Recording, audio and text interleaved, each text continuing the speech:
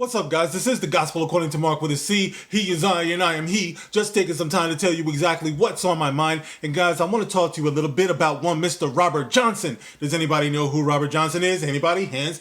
Anyone? Bueller?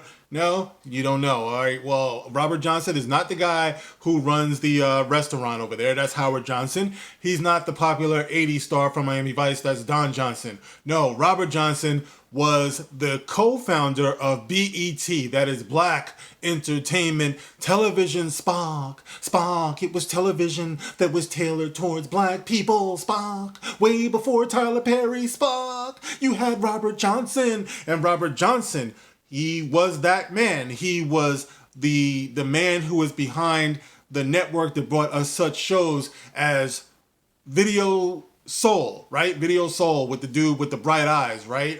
Whatever his name was. I forget. Donnie Simpson. Yes, that's what it was. And also Caribbean Rhythms. Caribbean Rhythms with that fine-ass host, Rachel. I think that's what her name was. Who remembers? Caribbean Rhythms with Rachel. Woo! Oh my God, reel it in. I'm having flashbacks.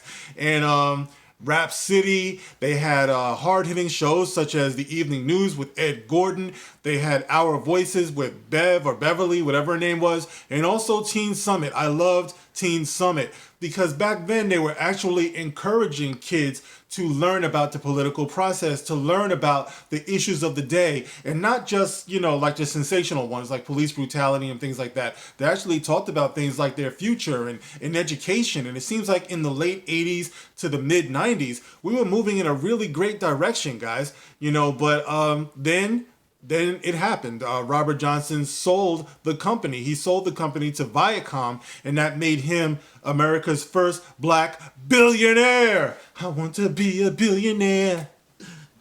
A billionaire. And that's what happened. So he sold it and he got filthy rich and he went on his merry way. And then BET dumbed all the way down. All the way down. And we didn't see any more of those hard-hitting shows that encouraged black people to think. We didn't see that anymore. All right. So he made his money, though. And I can't be mad at that. The man, he had the recipe for success for himself anyway. So anyway, Robert Johnson, he made news a while ago, even though we didn't see any of this on the mainstream media, in the run up to the elections. Of course not. We wanted to limit all black voices and marginalize them all. So it looked like every black person wanted to vote for Democrats. They wanted to vote Biden. And if you didn't do that, you were in a sunken place and all types of bullshit like that there. And they didn't want to have insanely successful man like Robert Johnson to say what he said, which was Robert Johnson says voting Democrat gives black Americans minimal returns. What did he say? He said voting Democrat gives black Americans minimal returns. That's what Robert Johnson said. So no one was going to make that a headline, but it's on CNBC.com. And I saw it. So I just want to talk about this, guys, because would you say that it's safe to talk about this now, black America? It's like, if I had mentioned this like weeks ago or whatever, then it just would have been like, you're a coon, you're a Sambo, you're an Uncle Tom, you're in the sunken place, get away from me, ooh, you might be contagious, ooh, take that somewhere else, fine, okay, now can we talk about this now that we see that it looks like Biden is going to be our next president? Is it safe to talk about where we go now into the future so that these people don't take your vote for granted? Like, this is something we should really be talking about. It's something that you should be explaining to the kids who might have been too young to vote this time around, but maybe next time around they'll be a little bit more informed. They'll challenge themselves to be a little bit more informed. I know when I was coming up, it's like, it was just expected. You were just going to vote Democrat all the way down the line. Don't lie, guys. That's how it is. You don't cross over, So that's what you're expected to do. I mean, all my friends riding with Biden. Doom, doom, doom, doom, doom, doom, doom, doom. You know what I mean? And it's like, take a little trip to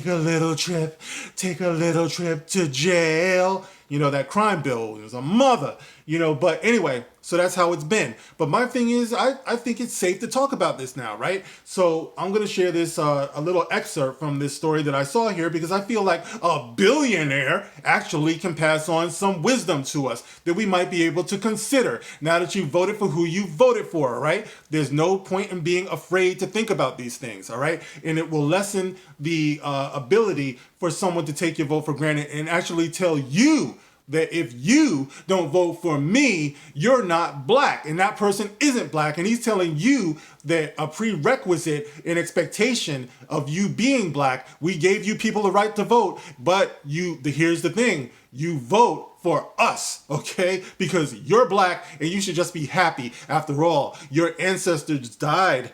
They died for your right, and I should know. I know some people who killed some of them. So anyway, part of what Robert Johnson says here is, what I believe is that mainstream media and the white liberal population in general, the only thing that they address the black community on is what I call placebo paternalism. Say what? Placebo paternalism. That's mighty powerful, man. We will say nice things about you. We will talk about your suffering. Black Lives Matter. We will say that there's racism throughout the land, he described, but when you go to the core issues of what black Americans really need, that's access to capital, access to wealth and income. In other words, say it with money. Love can only come from a hand, in the words of the great philosopher Sheila E. Yes, and that's what I'm talking about. I talked about this before, about empty posturing. I don't care about who's voicing a black cartoon character. I don't care about none of that empty stuff. Tell me how these people can lift themselves out of the condition that they're in. You know what I mean? This goes back to that classic story or saying about, you can give somebody fish and have them eat for a day, or you can show them how to fish and they can be eating for the rest of their lives. You know what I mean? But unfortunately, when you live on that particular democratic plantation, the only thing they seem to be concerned with is keeping you eating out of their hands, you know what I mean? So that you're never self-sufficient.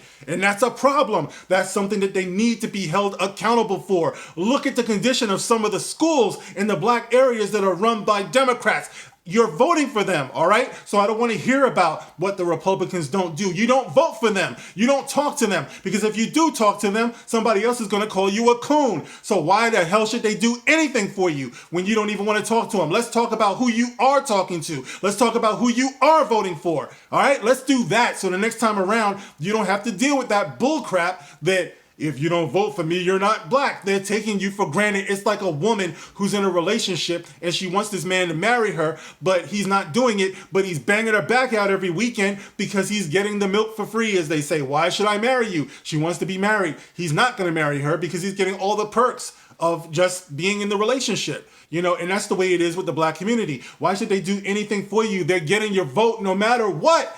You've shown them this. So this is what I'm talking about. So you have people like Robert Johnson, who has been proven to be a success. The man is a billionaire. I would think that it might be a little bit relevant what he might have to say regarding wealth building in America. So that's what he's saying, guys. All right. So there it is. I don't think there's much more to this. All right. They talk about a couple of other things. Blah, blah, blah, blah. And they also make a point here. They say the balance might be changing, albeit incrementally. Support for the Democratic ticket has been slipping among African Americans, with the black male vote dropping to 80% this year, lower than the 82% won by Hillary Clinton and her hot sauce in 2016, and the 95% and then 87% that went to Barack Obama's first and second term, respectively. It's dropping, guys. It's going down the toilet.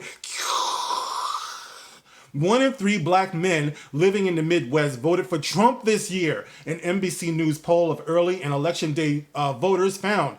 And a recent pre-election poll by Upshot found that the racial gap in presidential preference has shrunk by 16% as Trump makes gains with black and Hispanic voters.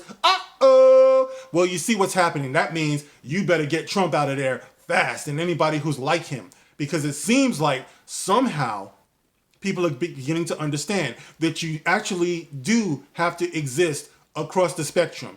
It's healthy to have people on both sides of the aisle. You know what I mean? It's actually healthy. That's the way it should be. All right. You shouldn't allow yourself to be marginalized the way that we are.